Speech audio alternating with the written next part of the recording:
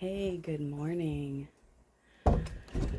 Oh, guys, it is 5:57 on July 28th. Happy Sunday. Welcome to Growing with Sarah. I'm Sarah.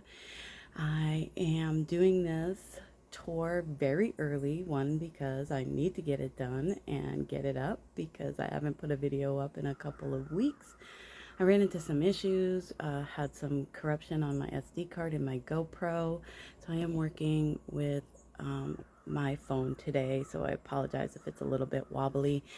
The second issue I had putting up a video is the whole Microsoft outage thing put me down, no internet for 2 days. Um, and I'm also out here early because it is, like I said, just before 6 a.m. and it is already 78 degrees out. So it is supposed to get pretty hot today. And as someone who lives in northern Wisconsin, I just can't handle that. So I'm going to be inside working on a crochet project most of the day in the air conditioning. So this is probably about all I will see of my garden today. There's not a whole lot happening out here in the front, but we're gonna take a look. All the real big stuff is happening in the back. The kitchen garden is finally starting to pop. But let's just take a look at a few things here. Okay, so the house plants. Oh, look at my clearance tag just sticking right out there. All of the houseplants are doing really well. They're definitely enjoying this heat quite a bit. Lots of new growth on the Christmas cactus. All that light color is brand new. I've got to start potting some stuff up. This has roots starting to show at the bottom. The ponytail palm just won't stay. It won't keep any moisture in there. It's way overgrown, the little pot that it's in. The white princess is gorgeous. She just put on this new leaf. Oh my God, it's so beautiful. She's got more coming. Pink princess also putting on new leaves, but she's a little bit more, I don't know, what would you call her? Kind of crumply. That is because I accidentally had her in a pot that didn't drain. I thought that I had made holes in all of these little pots that I got from the dollar store, and I didn't, and she got way waterlogged this late winter, and so she's been struggling to kind of come back from that. But being outside is nice. So yeah, so that's pink princess, and white princess philodendrons there. And then I have this golden sword philodendron, which also looks kind of rough. He didn't look rough when I got him out here, but the chipmunk got in and roughed him up a little bit. But he's putting on new growth too. So very happy with that. Monstera looks gorgeous. My spider plant, Lorena. My spider plant is finally happy. So he's doing good. All the pots out here look really nice. Everything's starting to fill in. The caladiums are starting to really put on a show now that the weather is getting warmer. Gorgeous caladiums. These are just some bulbs that I bought at Walmart. Some of the coleus are starting to finally grow as well. These are coleus that I started from seed. Even some of the caladiums in the ground are starting to pop up here. So that's nice. The maidenhair fern is starting to get a little burn. But, you know, she's brand new. This definitely only gets a few hours of sunlight, so she's not being overwhelmed with sunlight here. But she just came up this year. I planted this bare root, so it's delicate. I'm trying to not stare at the burn quite as much, but it's happening. She'll come back stronger next year. Hostas all look great, at least the ones that did not get eaten by the deer. They also have some pretty decent slug damage on them. I haven't been putting any slug bait out here. It's just too big of a space to do that, and I was late on getting started with that. So I'm just not, I don't know. Maybe I'm just going to have to invest in like a big bulk bag of Sluggo next year. Maybe not. The slugs might not be as bad next year. So we'll see. I'm playing it by ear. Oh, okay. So this here. So this is the pistachio heuchera. And this was in front of the porch. And it was getting burned. And so I wanted to move it, and I decided to split it while I was moving it. And I dug this up out of the ground, and it just like fell apart into pieces. I was freaking out. I was like, ah! And so I was like, what do I do?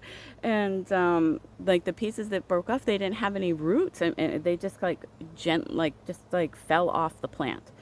And so I planted them in the ground. So I have this one here, and then I have one here. You can see one here, and then one here, which is actually starting to put up some new leaves.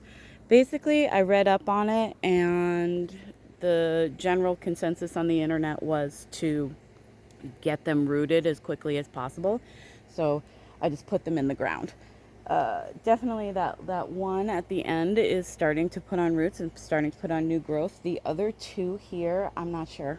I mean, their stems aren't dead, so I'm hopeful that I'll have those come back next year. And if it works, I'll probably end up moving the, oh no, wait, hold on.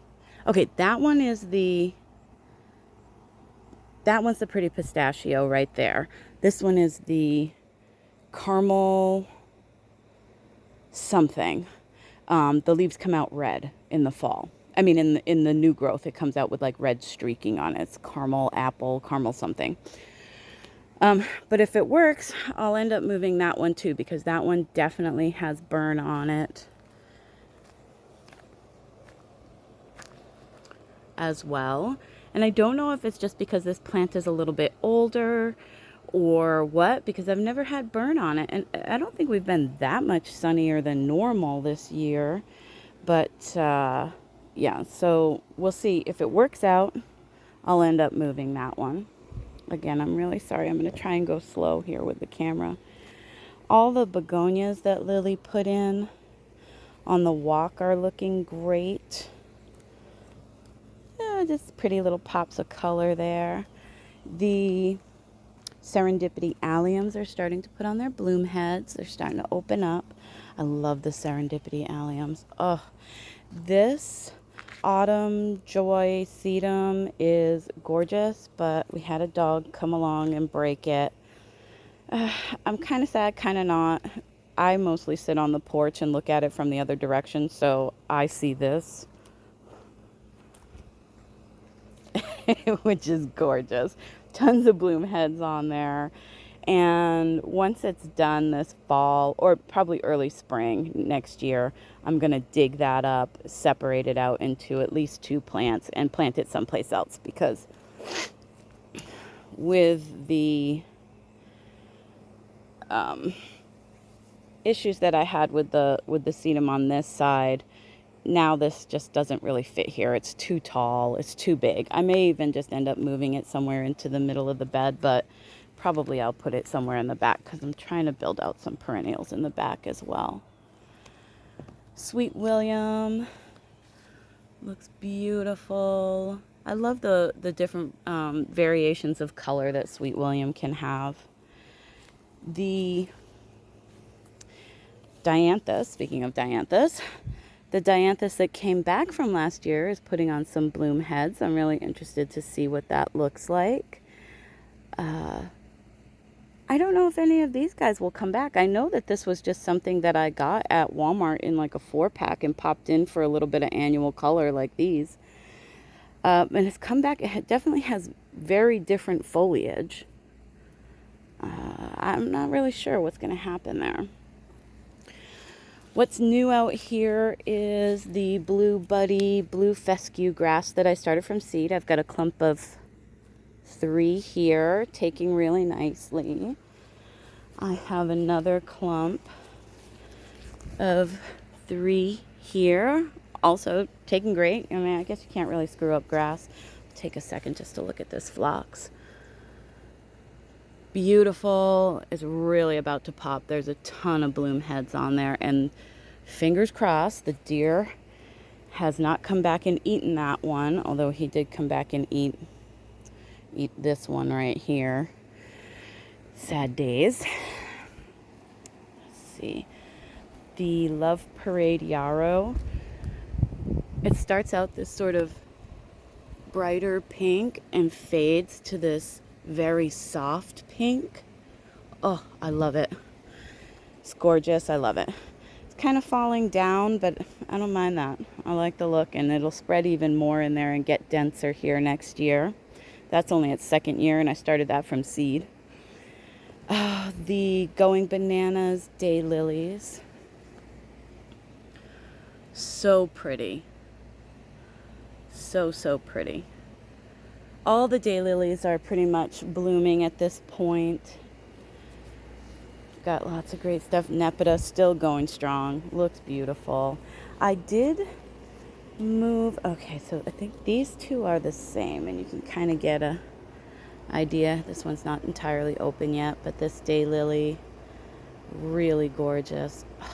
That chartreuse in the throat with the spirea, the chartreuse with the spirea. Spot on. Perfect. This is the Skydance salvia. I moved some of the plants that I have in the kitchen garden. I moved over here. There are 2 larger ones that I haven't moved yet because they were still in bloom. This lily was supposed to be a Casablanca.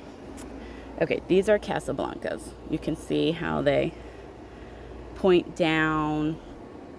They're pure white. This one opened pure white and then has aged out with pink in the center. It's gorgeous, don't get me wrong, but it's not a Casablanca. I had definitely wanted to have a big drift of Casablanca lilies right there. But what are you going to do? It's still beautiful. The Giganteum alliums have gone over, but I'm definitely letting the seed heads dry out here. They're still really gorgeous structure here. I definitely want to put more of those in. I also moved a lot of the iris from the front. You probably noticed that in front of the porch is a lot more bare, and that is because I came through and dug up all of the iris. I had been thinking about digging up the iris at the beginning of the year because they've been in there for this is their 3rd season, and I hadn't seen any blooms at all on any of the iris that were right at the front of the porch. So I was like, oh, I'm going to wait and just see if something happens. But nothing was happening. So I went ahead and dug everything up to give it a good chance of getting rooted before winter. And hopefully we will see some blooms on this iris next year. So this one is more of the like Japanese iris. Just a little bit grassier. Its blades are a little bit grassier. I mean, it has tons of growth. It has tons of new growth on it, like all of these iris, but just no blooms whatsoever. Here's another bunch of the iris. Ooh, the triloba is starting to open up. This is so gorgeous. Once it starts going, it's nonstop show until it dies. And that it's pretty frost tolerant, so it goes well into the fall. This one is going to be, oh my God. I mean, it's at least 5 feet tall. And it's just covered in blooms. Getting ready to pop here any second. That's going to be stunning. The lace cap hydrangeas. A lot of the flowers, so this is what the flowers look like new. They have that mauve color in the center, where the actual like flowers with pollen are, and then these sort of false flowers are a white. And as they age, here's a good one, the centers get whiter, you see? But then the false flowers get a little pink tinge to them. And it's just gorgeous. I love the lace cap. It really gives that woodsy feel. But is still really stunningly gorgeous at the same time. So here's some more of the iris that I moved. This little lace cap is looking gorgeous as well. These will get really big. I believe these get at least 5 feet tall and wide. I'm pretty sure. The mahogany hibiscus is doing great. Definitely starting to push some more growth. Again, I only have that in there just to have something filled in and then to be able to cut for bouquets, which there are some flowers coming for bouquets. This is the fruit bowl yarrow. So I just started this from seed this year. It's really pretty. And I've got this in clumps kind of going all the way down this bed. This is a little rose lily. I planted a bunch in here. We were at L&M, myself and Lily, we were at L&M, and they had a bunch of their summertime bulbs and tubers on clearance, and we picked up like a 5-pack of pink lilies and a 5-pack of like pink and red dahlias, and I popped them in here. They were a little old, so we got one lily that came up. That doesn't mean we won't get more next year. But then we also have one dahlia that came up. I don't know if this is going to do anything over here, but it might. You never know. This Rudbeckia, this is the volunteer from last year, is so pretty. Look at it. They're just so gorgeous. This has been in bloom for at least 2 weeks now. The blooms are stunning. I definitely want to be able to cut these for bouquets, but at the same time, it's just like I don't have a lot going on color-wise in this bed, so it's hard for me to cut these. They're really pretty. Gorgeous fall colors. Really beautiful. I'm hoping that more Rudbeckia will reseed. Okay, so here we are at the start of the back garden, the kitchen garden area. The tomatoes are really starting to jump. These are the San Marzano Lungo 2. They're starting to come on. They're gorgeous. These are aroma tomato, semi-determinate, so they will, you know, really flesh out a lot of fruit at the same time, and they'll all kind of ripen close to the same time as well, so I'm happy with that. Those are for canning. And here is the mystery plant. Well, actually I have 2 mystery plants. So this is also supposed to be a San Marzano Lungo 2, but you can see that the fruit is definitely not the same. I thought maybe it was a Bonnie Best because I started a couple of Bonnie Best, but it's got this ribbing. And the 2 that I know for sure are Bonnie Best are way behind. They're way later. I'm not sure. I have 2 of these plants, and I have one on this trellis and one on the other trellis over there. I don't know what they are. Now, it's definitely possible that I started something and tagged it wrong, but I was really, really good about it this year. I mean, everything got its own tag, and I didn't start, I think I've talked about this before, I only started 2 of my slicer varieties because of each of my slicer varieties, because I just don't have a long enough growing season to grow bigger tomatoes. So I started like 20 something of the San Marzanos. I'm wondering if something else wasn't mixed in with those seeds. Because, okay, maybe I mislabeled one of my slicer tomatoes, but there's no way I missed 2. So here we have what appears to be exactly the same tomato over here. And I'm really not sure what happened there. I mean, I'm not mad. I'm not mad at it. You know, tomatoes are tomatoes, and I'm sure it will be delicious no matter what. But that just cuts 2 more plants out of my canning tomatoes. You can can anything, really, so I'm not getting too sad about it. But these will be bigger. It will take more time for them to ripen. They won't kind of all come at the same time the way the San Marzanos will. But the San Marzanos are looking gorgeous. Really, really, really nice. The peppers, you guys, the peppers are doing so well this year. Last year, I think I got like 1 pepper and it was about this big. These guys are doing fantastic. The plants look gorgeous. There's lots of buds in there. We're gonna get peppers. So excited. So excited. Oh man. Okay, let's talk about the star of the show right now, because this delphinium, I think it's the Blue Magic. Let me get this tag here. Magic Fountains Dark Blue Dark B. Oh my God, look at this. This is so gorgeous. Oh my God. The colors, so you can see on these lower ones, this is really fresh, where it has this vibrant violet purple with the deeper blue behind. I mean, it looks, how it looks on camera right now is how it looks in person. The colors are like some sort of fake plant you would see in an ad for seeds on Amazon. You know what I mean? Like blue dahlia or something crazy like that. I mean, the colors are insane.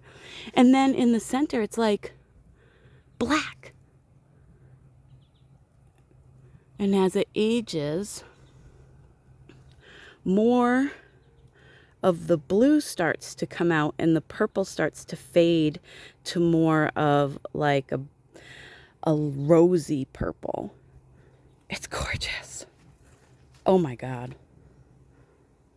It's gorgeous. It looks fake. Every time I walk past it, I'm like, what in the world is happening here? Stunning. That is a stunning, stunning plant. Oh, let's see. Oh, the hollyhocks are starting to come in bloom, even though they got eaten by the deer. Nothing's going to hold these guys back.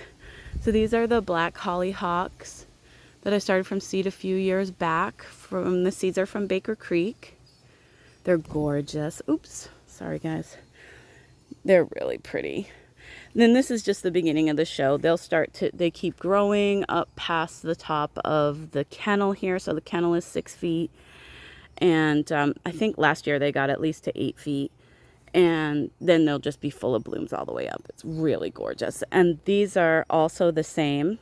These ones don't get as much sunlight, so they don't get as tall, but they still put on a really beautiful show. Really gorgeous. Okay, so let's take a look at the kitchen garden. Let's kind of get back here.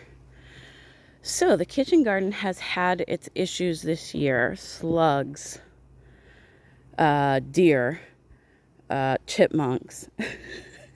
It's been madness out here in the kitchen garden, and I didn't think it was going to rebound. I didn't think it was going to make it, and we've been saved by the nasturtiums.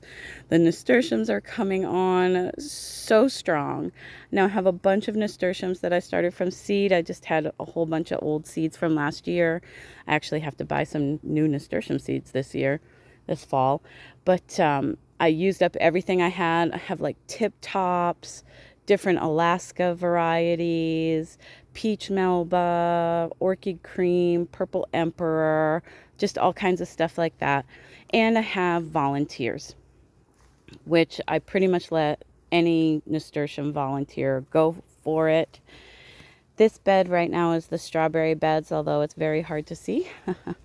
The strawberries are in here. They're starting to put on their second flush. Looks like it's going to be good despite the deer damage that happened in here, where the deer came in and ate almost all the leaves off the top of these plants. They fleshed out really nice, and they're starting to flower. The nasturtiums that you see here, this yellow one is actually in the ground right outside of the bed. And I did not plant this. This is a volunteer from last year. And it must be some sort of like cross-pollination thing, because this is not a color I would have normally chosen. Ooh, mosquitoes. But I love it, and it looks perfect with this Alaska nasturtium, which is also a volunteer, but has volunteered inside the bed. And you can see it's spread all through here. I mean, it's everywhere. And this is also growing up into the bed itself. So beautiful. Excuse me, absolutely gorgeous nasturtiums, really making this bed look super full.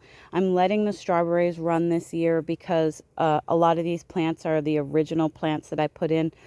It'll be like their third season next year. They won't come back. Like the mother plant will die off. So I'm letting the runners go.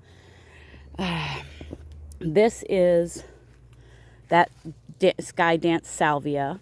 That's one of the huge ones. I mean, it's massive. It's just gotten out of hand. I need to get this pulled out now that it's done flowering, at least for a little while. I'm going to pull it and move it over into, and you can see this here. This is a dandelion sneaking in to my salvia. But yeah, so I'm going to pull that up and move it, and then I'm also going to pull this one up over here. This one isn't quite as large, but it still has a bloom on it. This is what the blooms look like on the Sky Dance Salvia. I love it. It's perennial. I'm going to put it in that bed over there. I think it'll be gorgeous every year. Here's another nasturtium. This one I believe is also a volunteer from last year. Really gorgeous. Really, really beautiful. The reds are so stunning on the volunteers this year. And then there's another nasturtium right here that just looks like a regular Alaska variety. I think that one was planted. I believe Lily put those in. So Lily put some that we started into the corners of the beds because I wanted them to kind of drape out. And you'll start to see that as we get along the other side here. Everything kind of moves towards the sunlight. So this is the western face of my house. So everything just kind of moves towards the sunlight in this direction in these beds. We did have 4 cucumber plants that survived Slugamageddon this year. I had to really baby them, and they're finally starting to come on. So I had put a bunch of cukes out. They all got eaten by the slugs. I had to restart. These 4 were the only ones that survived, but they're going for it now. Now, especially now that the heat is kind of coming on and being consistent, we're seeing that. So then you can see this nasturtium is starting to climb out of the bed here. These peppers are looking fantastic. These peppers are looking fantastic. I mean, I kept the cages around them because the deer is definitely still coming through and eating stuff. And I can't afford to have him eat my peppers down. Let's look at this nasturtium now. This is, just another one of those sort of basic Alaska with the orange. It's huge, starting to trail out onto the ground here. And I'm just going to let that go. So many of the zinnias that I planted here. So I planted 8 Benary's Giants zinnias here and 8 here. You can see 1 survived the slugs on this side. 1, 2, 3, 4, 5 survived the slugs on this side. but they aren't as strong. So I say they survived. They're still alive, but like this one will most likely not produce any flowers. But I just can't bear to pull it out because this was supposed to be so full of flowers. This one is actually starting to put on a flower. It looks like it's going to be red or maybe the salmon color. So I have them kind of staked here with just a little string. I had to do the same for some of the other zinnias on the other side here, the Queen Lime series that survived. Cosmos don't care. Cosmos are going for it. These are the pop socks. So the little centers on these get super fluffy.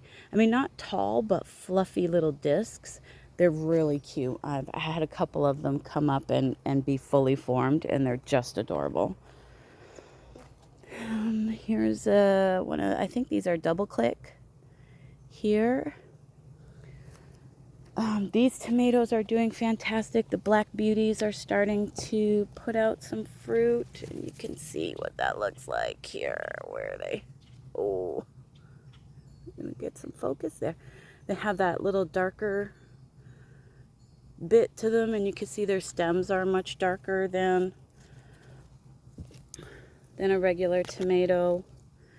The Black Beauties are absolutely delicious tomatoes. They do crack quite a bit, so the skins are very thin.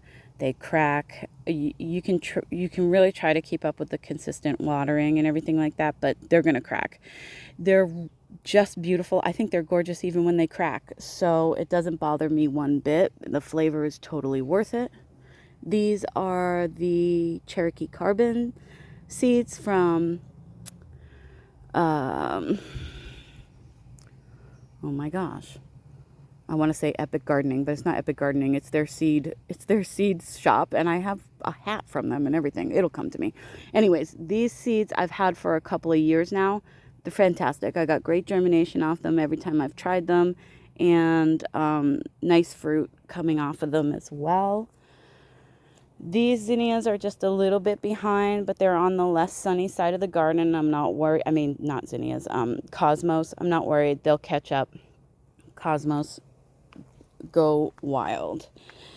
And speaking of wild, this is our jungle plant at the moment for tomatoes. This is Honey Drop cherry tomato, and it's supposed to be similar to the what's that little orange cherry tomato that everybody, Sun Golds. So it's supposed to be sort of relatively the same sweetness as a Sun Gold, but a little bit more variety in the color. So sort of like rosy reds to oranges type colors. And it's a massive, healthy plant. I'm super happy with it. And Lily is just dying to get out here and eat some cherry tomatoes. This is the Blue Cream. A little bit slower, but definitely starting to put on flowers. I usually think of cherry tomatoes as being pretty aggressive growers, similar to the Honey Drop. But this one is a little bit slower, and I think that's okay. We're going to let him take his time. He also has a little bit darker stem, similar to the Black Beauties. So I'm really curious to see how these taste and what they look like when they're ripe. This is the Spoon tomato that Lily had wanted me to grow so she can have her tiny salad summer. They are definitely tiny. I mean, I'm not even going to try and mess around and show you guys it's like a pinhead in there, these little tomatoes. She won't let me touch it. The little things break off too easily, and she's put the lockdown on. I'm not allowed to touch the Spoon tomato. So, sometimes you gotta do what you gotta do for your daughter to get her cherry tomatoes. Over here we have some dahlias. This dahlia is nice, big, very healthy. I'm not seeing any blooms on it yet, but that's okay. Dahlias go right up until the frost here. These are just starting to pop a little bit. They're a little beat up with the heat, but very pretty. Again, I don't know what the name of any of these are. I didn't hang on to, I just got them at Walmart and popped them in and didn't hang on to any of the tags or anything like that. But this one is tons of buds. Tons of buds on it, all over. Not quite as big of a plant. This poor little squash. Oh, this is the honey nut, like baby butternut squash. And I put a bunch of them out here. And the slugs ate all of them except for this one. Well, they ate some of this one, which is why it's so stunted. It's been out here for weeks. I don't think I'm going to get anything off of it, but I'm going to let it grow because, again, I need something in the ground out here. We'll talk sadness. So the same as I had with the Berenice Giant on that side, I had the Queen Limes on this side of the trellis, the tomato trellis. 8 here and 8 here. Nothing survived on this side. As you can see, it's pretty dead except for that one. I mean, it's a happy, healthy looking little squash, but they take 100 days to ripen, and I've only got like 60 days left in my season, so we're not going to see any squash off of it. And then I have 3 of, there's one right there, 3 of the Queen Lime zinnia plants that survived in here. Now, I do have some other zinnias that hadn't gotten into the ground and were still just kind of sitting in their pots, and I was like, I don't know if I'm going to put them in. I wanted to wait and see how this stuff went. That once I realized that I was getting so much damage in here, I started popping them into the beds. So they're, it's hard to see in here with the sage and the nasturtiums, but that's a zinnia right there. So they're popped in kind of all over, so I will have more zinnias, but it's not how I had envisioned this whole cutting garden out here in the ground. And like I have the status here, and then I had a bunch of oh my gosh, I'll come back to this, but they all got eaten anyways. There's nothing there. I didn't have anything here, so that's what it's supposed to look like. These peppers got eaten back by the deer and got hit by the slugs, but they are starting to put on a bunch of buds in there. I think that these are the Datil hot pepper. They're either the Datil hot peppers or the California Wonder sweet peppers. But anyways, the zinnias are super disappointing. Not that I won't get zinnias, like I said, but that it just isn't the cutting garden I had imagined.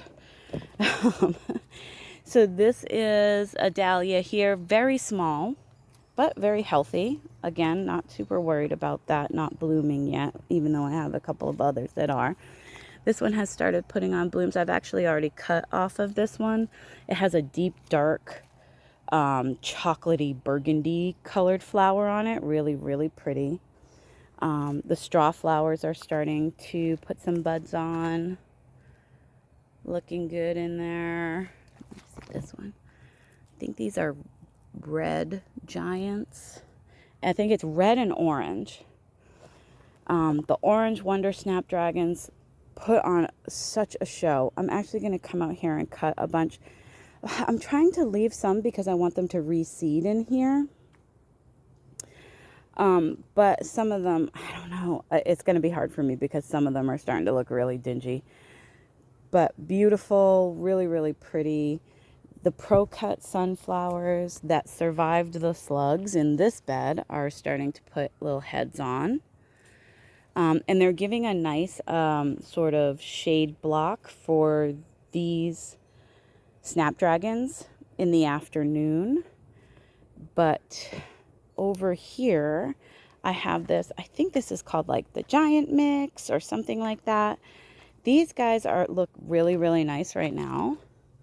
But this afternoon, all their leaves will be drooping way down. They don't have any shade block. Snapdragons are not really warm weather plants.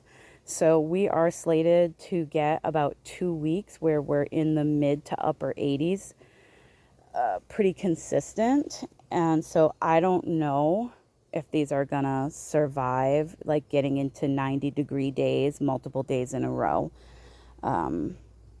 But again, I'm leaving a lot of them because I want them to reseed in here too. This dark one is really dramatic. So pretty. This one. And this is old. This one's been out here for a few weeks, so the colors are not exactly fresh, but really pretty. Boop, boop, boop, boop, boop. Snapdragon. Lots of pretty buttery yellows. There were some whites in here as well that I did cut. Just really pretty with the snapdragons. I love it. It's very cottagey. It fills these beds so nicely, and I can cut for the house. I just want to kind of get an established bed with the snapdragons with the reseeding. And I think that they should reseed pretty well here. In my zone, you know, the zone 4B, I think that the snapdragons should reseed really well. I'm hoping similar to how the nasturtiums do, that I just start to get snapdragons everywhere. We'll see how that goes. All my onions are doing fantastic. I plant my onions pretty close together.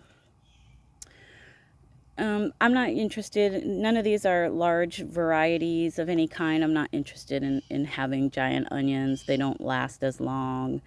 And I kind of want to have onions that I can keep in the pantry for a while. I've got, this is cinnamon basil. No, that's like the Thai basil. Oh, that smells really good. I've got basil stuck in everywhere. The basil is starting to jump now that the weather is getting better. These ranunculus are dying back. And once these are done, sort of all dying back, you can see there's like this one is pretty much dead. I'm going to come in and dig them up and try to overwinter those. The colors actually, even though the packages said that they were red, that they were all just like a plain red, I got a ton of variety. This is, I mean, it's dead, but you can kind of see it had a yellow and an orange and red striping. I got pink ones. I got tons of different variety, color-wise out of those 2 packages that I got for, I don't know, $2 or something, you know, clearance priced. We do have green beans coming on in here. They're delicious. These are the Kalima green beans. They're fantastic. If you remember, I had planted 40 green beans direct sowed into the 4 taller beds in the garden.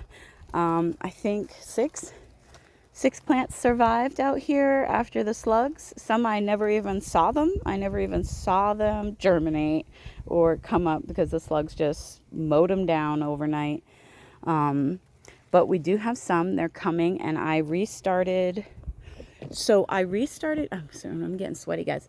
I restarted green beans after the slug situation. I was like, no worries. Green beans are really fast. I'm going to just come out here and direct sow some more green beans. And I put them in my green stocks as well. I think 2 of the plants that I seeded in the green stocks made it. The rest of those got destroyed by the insane little chipmunk that is living in my garden and planting sunflowers everywhere. And then everything that I had put out here got eaten down by the slugs again.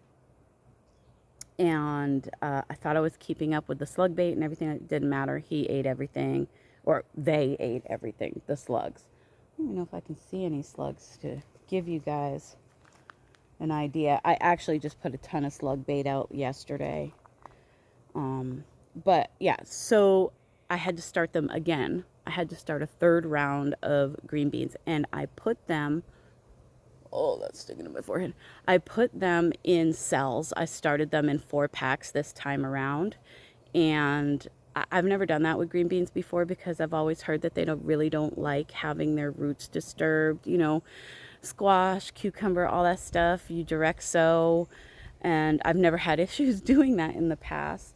So, but this time I did the cells, and I got, I think about 20 or so plants out of that. And so about 16, 17, no, 14 or so are climbing green beans, and I have them on this trellis. So I have the, these are homestead pole beans here, and they're growing. I put them in, they're about, you know, just a little bit smaller than this. Like, they had good height to them and everything like that. But you can see the slugs have come in and done some damage here. But for the most part, they were big enough. So these are homestead pole beans, and these are rattlesnake pole beans over here. You can see them really starting to make their way. They've only been in here for about a week or so. These got hit hard by the slugs. I was out here picking slugs off of them yesterday morning, but I put a ton of slug bait down in there. So these should get, I mean, we should be basically overwhelmed with green beans on this trellis this year. I don't foresee anything else coming in and wrecking this for me. The only thing is, it's going to be really late in the season that we start to get the green beans. It's going to be similar to the time of when I get the tomatoes, that we're going to be getting overwhelmed by green beans. And usually what I do with my tomatoes, as they're ripening, I'll bring them in the house. I don't leave them out because the birds will get at them. That is something that I have issues with here that I know about. And so I'll let them get to a certain amount of ripeness, and then before they get super red, I pick them and I bring them in the house and I let them ripen on the counter. And then, depending on how much I have to deal with, I just put them in gallon freezer bags and put them in my chest freezer, because I don't have time usually to process all of that at once. And it's hot to have the canner going at that time. So I can put them in the freezer. With the green beans, that's not going to be an option. Green beans, if I freeze them, they're going to come out total mush, and we want them to be, one, a lot of dilly beans is what we're going to be doing with them. And two, just regular, you know, cans of green beans or jars of green beans. That all has to get done almost as soon as you pick it. Like, the fresher the better with green beans. I can't let that get in the freezer. If I'm going to put it in the freezer, I might as well just leave it in the freezer and use it that way when, you know, through the winter. So I'm going to have my canner running, and it's going to be hot in my house, but what are you going to do? We'll have dilly beans come hell or high water. I did also fill this bed with more Pro-Cut sunflowers. So I had this bed filled with Pro-Cut sunflowers. I had put sunflowers out in the ground here to try and fill up the missing spaces of the zinnias. All of that got trashed by the slugs. I started these sunflowers in flats, again, to sort of let them get a good amount of growth on, rather than direct seeding them, because of the stress of the slugs. This seems to have worked. The slugs, again, were in here. They did get some of them, but there's a ton of slug bait. I cast slug bait all over these beds yesterday morning after I came out and watered. So I think these guys will get a good enough head start with the heat and the slug bait to actually get some nice sunflowers for bouquets. These chives are out of control. I gotta come out and cut these. I'm not gonna cut them today because it's gonna be so sunny and hot and just absolutely muggy. If I cut them, then the tips are gonna get like really, really brown. As you can see this, and it looks bad. I'm going to wait until maybe tomorrow night. We are supposed to get some rain, and then it's supposed to be rainy on Monday. And that'll just give them a chance to not be fried by the sun with the immediate. Oh, sorry about the dirt under my nails, guys, but you know how that goes. Gardeners. Okay, whew, man, I keep thinking I'm getting to the end, but then I see something that I want to talk to you guys about. So this nasturtium right here, I believe is Tip Top Rose. This is a volunteer from last year. You guys, this plant is huge. Oh my Lord. It's huge. The color is perfect. Oh, the tip tops are nice because that they call them tip tops because the flowers come out above the foliage like that. These are so gorgeous. And this has been blooming for close to 3 weeks now. This nasturtium has been going. So way earlier than any of my other nasturtiums, even the other volunteers. This thing has been in full bloom. It's just so pretty. I mean, it's like how you wish a plant would look. If that makes sense. It's like the perfect nasturtium clump right there. I've got some celosia in here that's starting to come on. Excited about that. I've never really had luck with celosia in the past. And then there's a couple of other volunteer nasturtiums here. So this one, no, this one is not volunteer. This is one that we planted. This is the Purple Emperor. And then this one is volunteer. And this one seems to be some sort of hybrid from last year's garden. The color is very dusty, mauve-y colored. It's really pretty. Really gorgeous. Sorry, it's really, really gorgeous. And definitely going to let this reseed everywhere it wants to. I love it. And then when the flowers are together, they just work beautifully together. And it's definitely 2 different plants. You can see down in there. This is the Purple Emperor, and this is the Volunteer. So I'm excited with that. The onions over here are also doing really fantastic. And it looks like I got some of that giant mix of the Snapdragons mixed in with these Orange Wonders too. There's a few yellows and purples in there.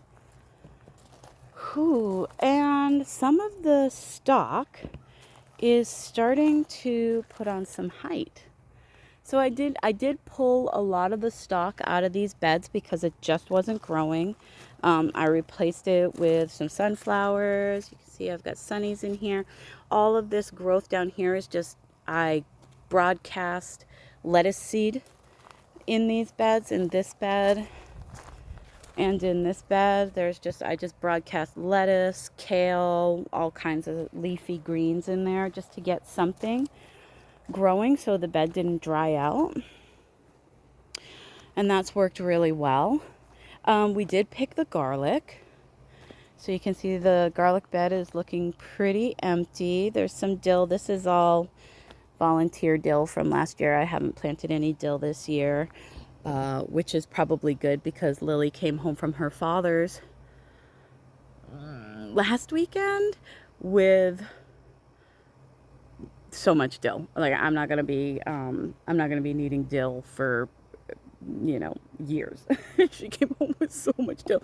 I think it ended up like fully packing like 2-gallon bags. And I just keep the dill in the freezer. So dill freezes really nice. And then you can just take little pieces of it out and use it for whatever you're doing, cooking, pickling, whatever. I find that my dill and my cucumbers and green beans are never really peaking at the same time. So freezing it works really, and I just put it in the freezer bag and put it in the freezer. I'm not like putting in ice cube trays or anything like that. And you can even freeze the flower heads. Perfect. But I'm going to be leaving this stuff out here because I have so much now in the freezer. I'm just going to leave this out here for the pollinators. Pollinators love the dill flowers so much. So, and then I'll just let this reseed and come back again next year.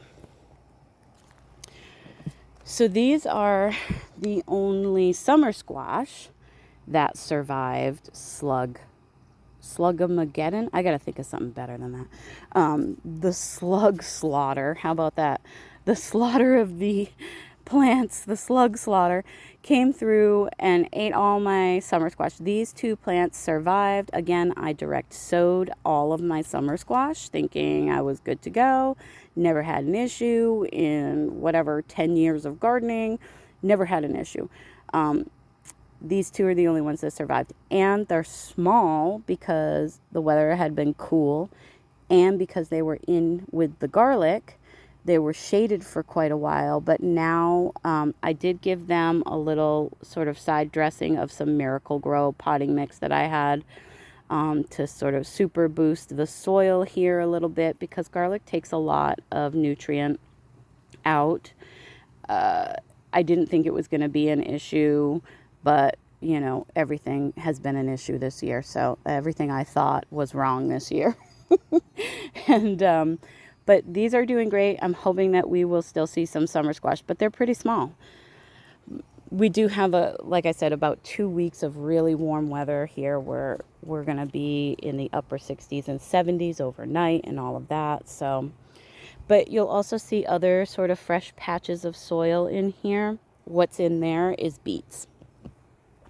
So Lily wants to do pickled beets this year, which I personally also love pickled beets. And I'm all on board for that. So we're trying very hard to get those to direct sow in the beds, but I have a backup plan. And so I have a flat here, and these all have like at least 3 seeds in them of beets that we will be able to put out into the ground if those beets don't survive. So beets can handle a frost. So I'm not really worried about only having like 60 days left before my first frost because they'll be just fine and they'll get even sweeter. These are the ones that we actually planted as the bull's blood. And then I also have a flat here of, this is like a decorative cabbage and kale. I had really bad germination on these. I also had some yodfa. Those got moved into the green stalks yesterday. They're small, but they look healthy. And I have a little bit of, I think, couple of different cauliflowers in here, which also didn't germinate well. But I'm less concerned about that because I'm not gonna, I don't know. I love cauliflower fresh from the garden, but it's gonna be a lot to have that many heads. And this is, I restarted. I did more of the, I think I did more cauliflower in here. I did more of the cabbage and kale, the decorative cabbage and kale, because I want those for fall, for my front containers in the fall, and maybe even in the ground sort of along the pathway when the begonias are frosted out. The cabbage will be there and will grow nicely and will handle the frost. So I can still have some, because you can't buy, you know, flowers or anything like that other than mums around here in the fall. We don't have, I mean, our greenhouses usually close in sometime in June. A lot of them, once they sell out, they close. There's nothing that's open all year round around here except for Walmart, and even they have nothing in there right now. The mums will start coming out soon, but that'll be it. It'll just be mums. So you kind of have to get on top of that yourself if you want to have something different than just plain, you know, red, yellow, and white mums in your containers in the fall. So these are also some of the green beans that I started in the flats. Like these flats, I started green beans in these 4 packs right here. Then they got emptied out and they got beets put in. But these are Sequoia bush beans. They look great, really healthy. Starting to, I mean, these are just the same age as the pole beans that I have in there. There's a few tip-top nasturtiums in these. The hanging baskets everywhere are doing fantastic. This green stalk has lettuce in it that I'm going to cut today. I did come through and reseed all of the empty spaces in the green stalks, both green stalks, with lettuce. So we start to get that fall harvest, you know, towards the cooler weather lettuce. Here's the 2 green beans that from the original green bean, or no, the second green bean planting that survived the chipmunk. The geraniums that I started from seed are still doing fantastic. I'm loving it. I will probably never ever buy another geranium. This little spirea was dying on me. You can see a bunch of dead in here. Then I ended up putting it in just a thing of water, and it's been in there for like, I just keep refilling it. I'm just leaving it because obviously it's too root bound in its container, but it's put on a ton of new growth. I just don't know where I'm going to put it yet, so I don't want to just stick it somewhere. It's a bush, but so it's doing fine in there, putting on a ton of new growth. This rose gold crazy tunia is really beautiful, super romantic with the alyssum and the dichondra. I love it. Really, really pretty, soft, relaxing to look at. I've got some littler zinnias tucked into here. I think this might actually be a large variety of zinnia. I meant to just have like the Thumbelinas. You know, I got some Thumbelinas tucked into here, but I think that this might be a larger variety. But, well, you know, I needed to fill this because that Calibrachoa died in here. One thing that I've noticed about the Bacopa, I think it's more of a shade. I thought it was both sun and shade, but I'm definitely getting better growth on this from the ones in the front than I am on the ones in the back that get more sun. Now, the Purple Heart, on the other hand, is just gorgeous. I mean, this is, look, it's flowering. Oh, hello. And it's just, I've got the big drapey vines from it getting leggy in the house over the winter. It's gorgeous. And this one over here is also gorgeous. So this is the Calibrachoa. I had the same Calibrachoa in both. And this is the one that survived. It's a proven winners. We had all that rain. It killed a couple of Calibrachoas. It killed some of my petunias. I just couldn't keep up with it. This Purple Heart. Look at that. Oh my goodness. This is a stunning plant. Oh, I cannot wait. Look at. Oh, that's gorgeous. It looks gorgeous with the Calibrachoa, with the Bacopa, even though the Bacopa isn't quite as strong as I would like it to be. It still looks gorgeous. I love that. I'm definitely going to keep overwintering. Let's just come up here really quick because I want to show you guys. I split out my big hostas. So I have the Sum and Substance right here. So I split each of these into 2. The originals are up further, but this is Sum and Substance. It really likes it here. It's doing really well. It gets a little bit more sun than the one up there. This is the Water Slide. And you can see the slug damage, but really handled getting split and transplanted very nicely. This is Empress Woo. Again, there's some damage, some rain damage actually, but also held up really nicely with the transplant. This is the other Empress Woo. Don't mind all the cardboard. I just need to get mulch for here. Pretty much everything you see that has mulch on top of it has cardboard underneath it in my garden, or did at one time. This Empress Woo is in the front yard near the porch, the front of the porch.